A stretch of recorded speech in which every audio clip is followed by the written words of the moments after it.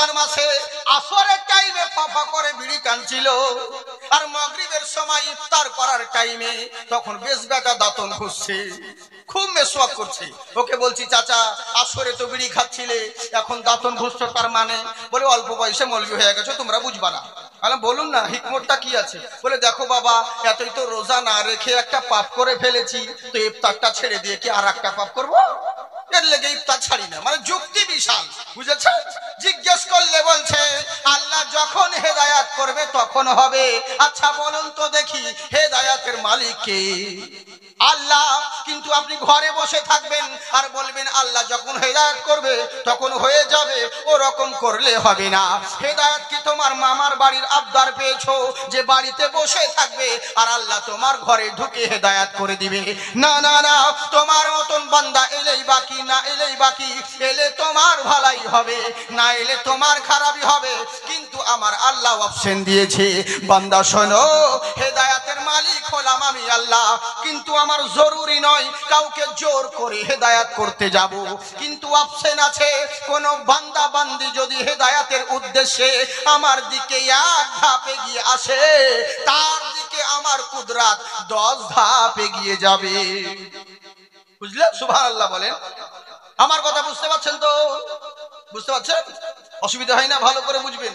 আসলে জালসা তো ওয়াজ হচ্ছে, দেশ বিদেশ থেকে বাইরে থেকে বক্তাও তো খুব এসে ওয়াজ করছে, কিন্তু শালা কাজ হয় না।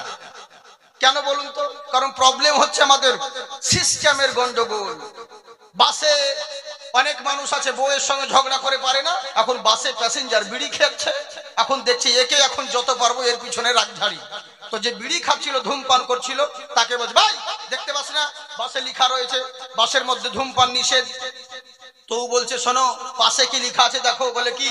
বলে কোনো কিছু অবজেকশন থাকলে ড্রাইভারের সঙ্গে কথা বলুন। ড্রাইভারকে গিয়ে বলো গা।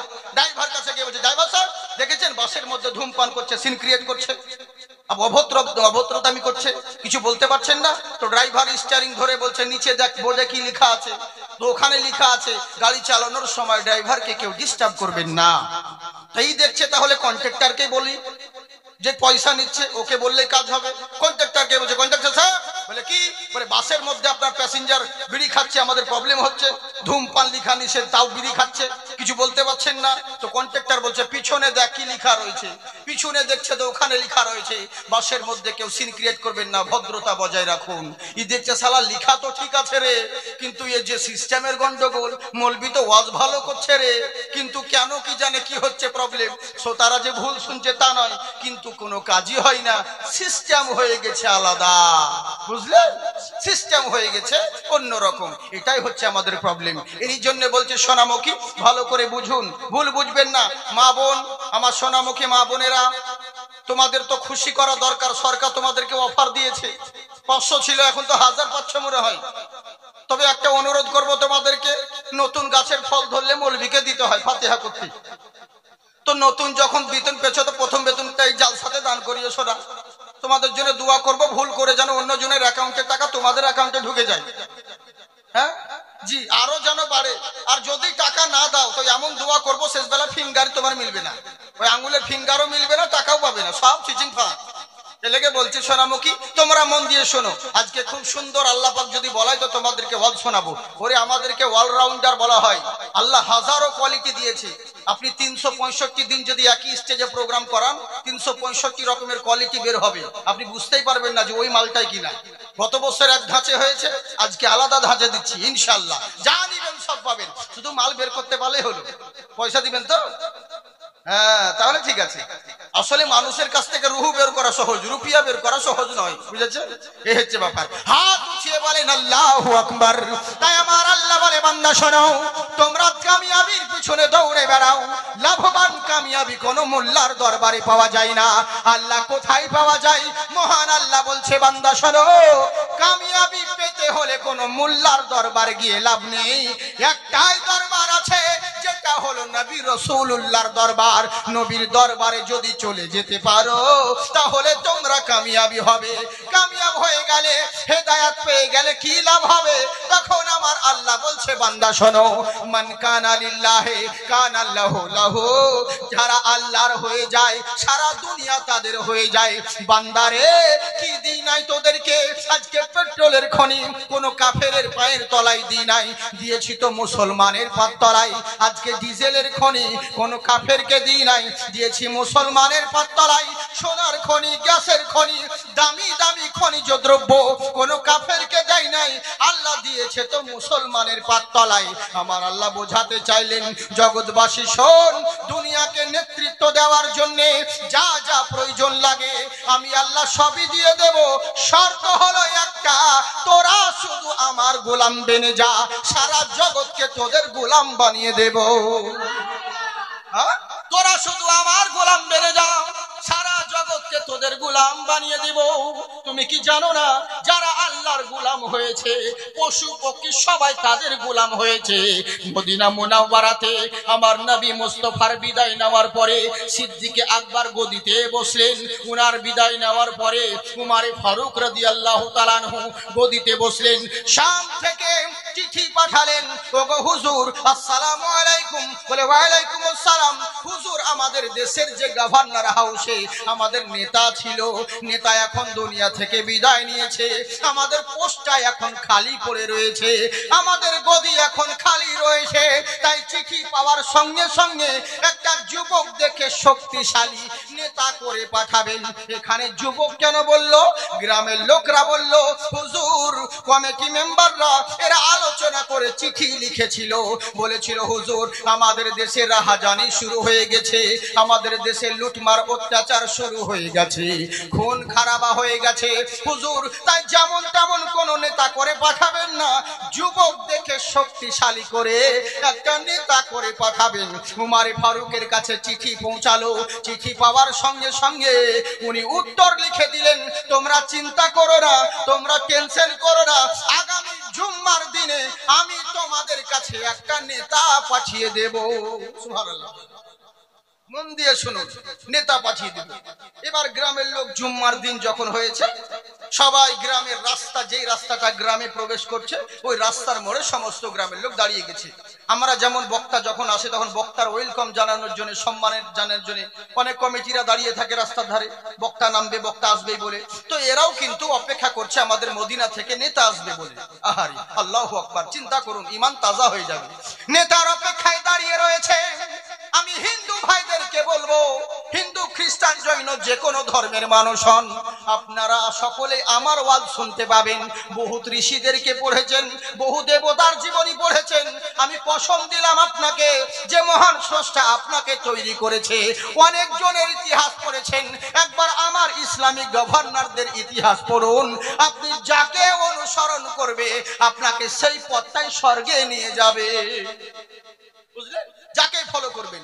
এবার করলো কি, গ্রামের লোকেরা দাঁড়িয়ে আছে, কখন নেতা আসবে, হঠাৎ করে নেতার জন্য সবাই দাঁড়িয়ে আছে। আজ আমাদের নেতা প্রবেশ করবে, আজ আমাদের নেতা গ্রামে আসবে, এই বলে অপেক্ষা করতে আছে। একটা বয়স্ক মানুষ লাঠি ধরে হাঁটতে হাঁটতে এসে বলে একটা বাচ্চা ছেলেকে, বাবারে, বলে বলেন হুজুর এখানে তোমরা কিসের জন্য দাঁড়িয়ে আছো? বাচ্চা ছেলে অত কিছু জানে না, তাই বলতে পারলো না। বলছে বাবারে, তোমাদের গভর্নর হাউসটা কোথায়? বলে গভর্নর হাউস মানে, বলে যেখানে তোমাদের নেতা থাকে সেইটা কোন জায়গায়? বলে গ্রামের ভেতরে। বলে আমাকে কি দেখিয়ে দিবে? বলে চলুন।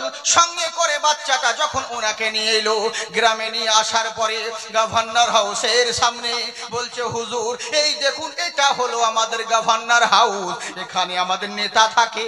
এখন নেতা বিদায় নিয়েছে, পোস্টটা খালি আছে, তাই তো আমাদের নেতা এখন আসার কথা, এরই জন্যই দেশটা খালি রয়েছে, গদিটা খালি হয়ে আছে। হুজুর আপনি চিন্তা করেন না, এটাই হলো আমাদের গভর্নর হাউস।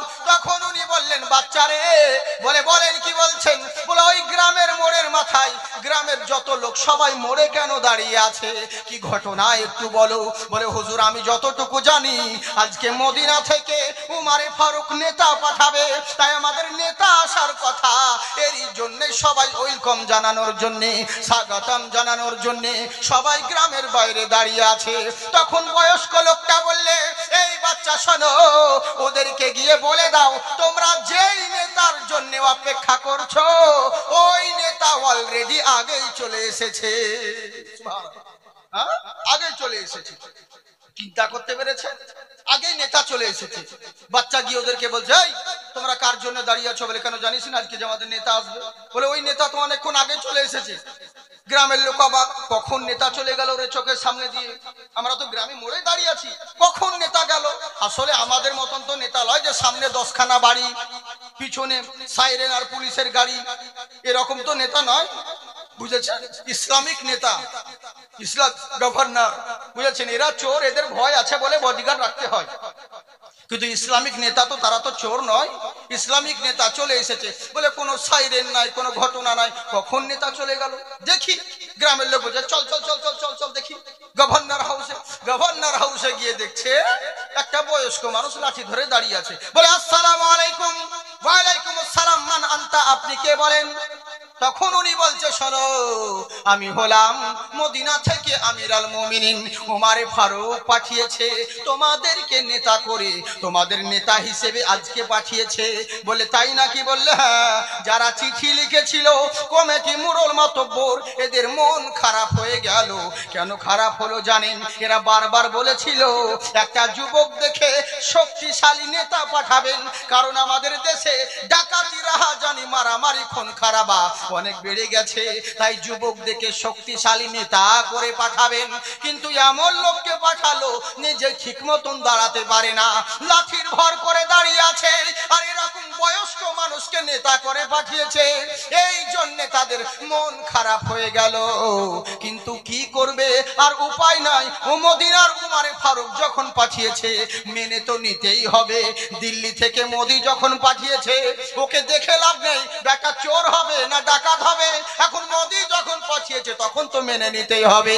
তাই এবার করলো কি, এরা সবাই বলল হুজুর ঠিক আছে মেনে নিলাম, আপনার কি আদেশ আছে আপনি একটু আমায় বলুন।